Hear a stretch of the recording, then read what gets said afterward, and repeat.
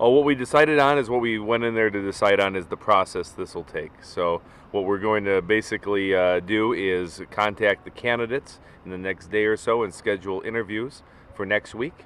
And we're hoping to kind of get a handle on who's really in, who's really out, and what the what their strengths and weaknesses are by next week. Interview scheduled for next week, so that pushes our timetable back a little bit, maybe.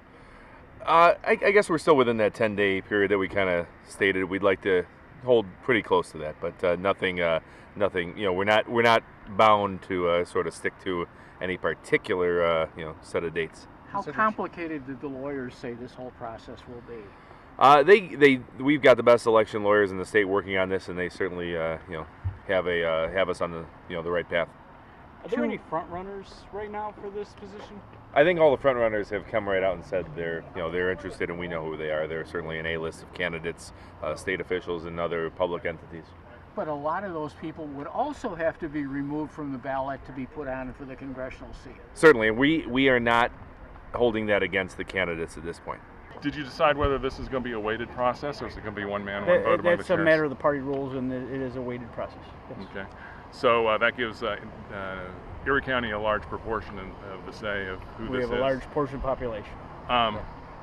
With the track record that Erie County has had recently of picking people that will represent GLOW, do you think maybe the GLOW should get a little more say this time around? I think it's a matter of the party rules. I think we work collaboratively. We're working together. Many of the candidates hail from the GLOW region, so I didn't hear any sort of problems from any of the chairs here tonight about that.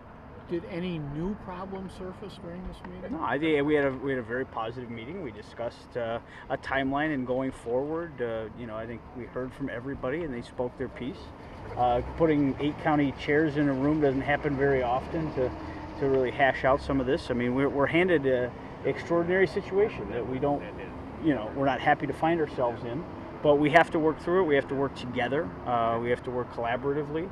And we need to nominate a candidate that can succeed in all 8 counties to deliver a victory in November. How do you get Collins off the ballot?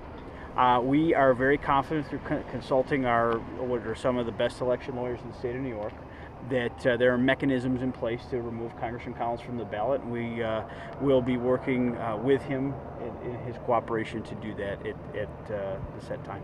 There are a lot of names around. Do you expect all of those people to kind of hit stage 2 of an interview? Well, we haven't settled on exactly, what the timing or what time people will be coming in or how many of the candidates will be coming in. But, we're going to have some conversations on the side to see how serious some of the potential candidates are at this point. And, by next week, we'll have a final roster of people that are coming in to interview. You mentioned that there is not that often you can get everyone in the same room here for the interview process. How are you going to conduct that? Are you going to have a couple people in there? How are you going to get everyone? The 8 chairs are committed to working together on this process so that we can have each of our communities represented to ask the tough questions, to listen to the presentations that the potential candidates will have, and everyone will be represented in the room so we can work together and discuss the candidates together once they've finished their presentation. So you all plan to reconvene next week then? We will be reconvening next week. Do you have a day yet? I have no details at this time. Any speculation on a front runner? There's no weighting of the candidates, front runners. I'll let you all decide who you think the front runners are. We have a process to maintain. We have to continue to work together. There's candidates from throughout this district that represent different portions of this district. We're all dedicated to the same thing, which is finding a conservative Republican candidate that can win this district and help President Trump achieve his agenda.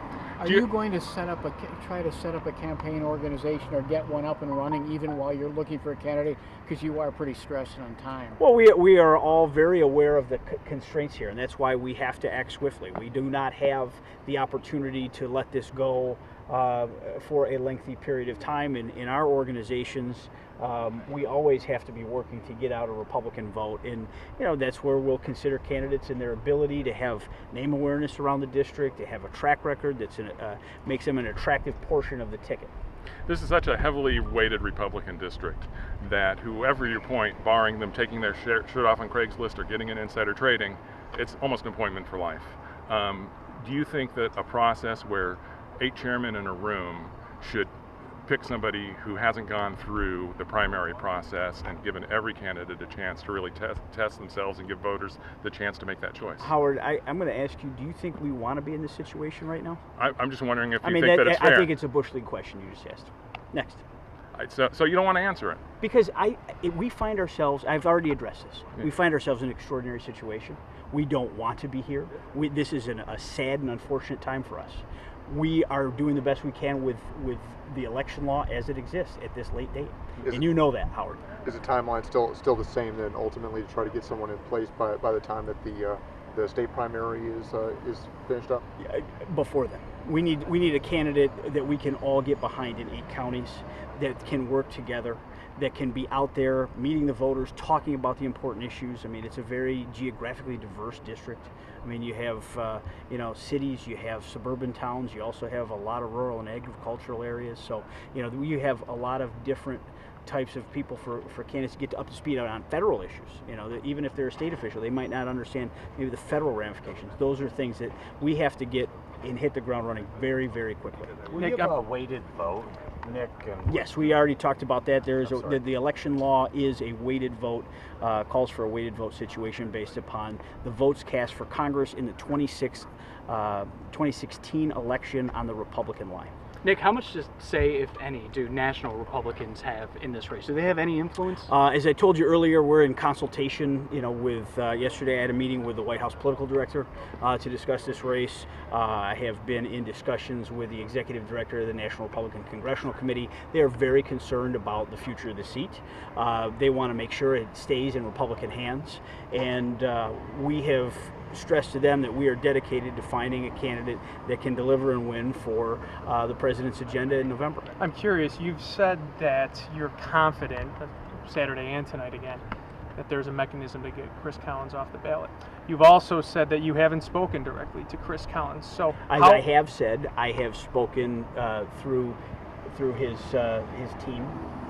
We have communicated back and forth through his team. I have not directly personally spoken to him. So has his team indicated he's willing to play ball no matter with whatever you come up with? With Congressman Collins' cooperation, we are confident there are mechanisms in place where his name can be removed from the ballot and we can nominate a new candidate. And you're confident you'll get that cooperation? I am confident. After what happened, will you lean a little bit toward a currently elected official because they've been vetted and they've been kind of You've checked them out over time. I personally think that this is probably not the time for a complete new candidate, someone that doesn't understand the political process or maybe hasn't been a part of an election before at a big league level. I don't think there's a lot of time for a learning curve for a first timer that hasn't been through the process. But elected officials certainly, have name awareness, that have an understanding of how campaigns are run and financed and what goes into those efforts. And I think, that we have an embarrassment of riches of very good candidates that have put their names forward as interested in this seat. You initially mentioned there were about 15 people who reached out to you. What's kind of the updated number at this point that you know of that say yes, we want to be considered? A few I see that you've all reported today have pulled their name. Maybe the Buffalo News pulled a couple names off the list. By the time next week rolls around and we have interviews, that'll be our final roster at that point. This is such an important seat for the Republican Party in Congress. Would you like to get the president in here for a fundraiser or something like that? Absolutely. I came from Utica yesterday where I saw President Trump come in for Congresswoman Tenney. It's a very hot seat, and I know they raised an awful lot of funds in a short window. There was only a 1 week lead up to the event, and there were hundreds and hundreds of people there showing their support and writing checks to support the Congresswoman. I would love to see that sort of enthusiasm that a presidential visit, and I know my colleagues would think the same, what that would do to the district if we could get President Trump to come to Western New York to support our candidate. Tricia, is there anything you want to add about any of this? Well, I feel like this process is being done fairly and collaboratively, and just looking forward to just going forward with the team of my fellow co-chairs, who everyone has the best interests at heart for the district, and I think that we'll continue to work forward and work together. And it is a difficult situation. None of us have asked for this situation to occur, so we're just doing the best that we can at this time.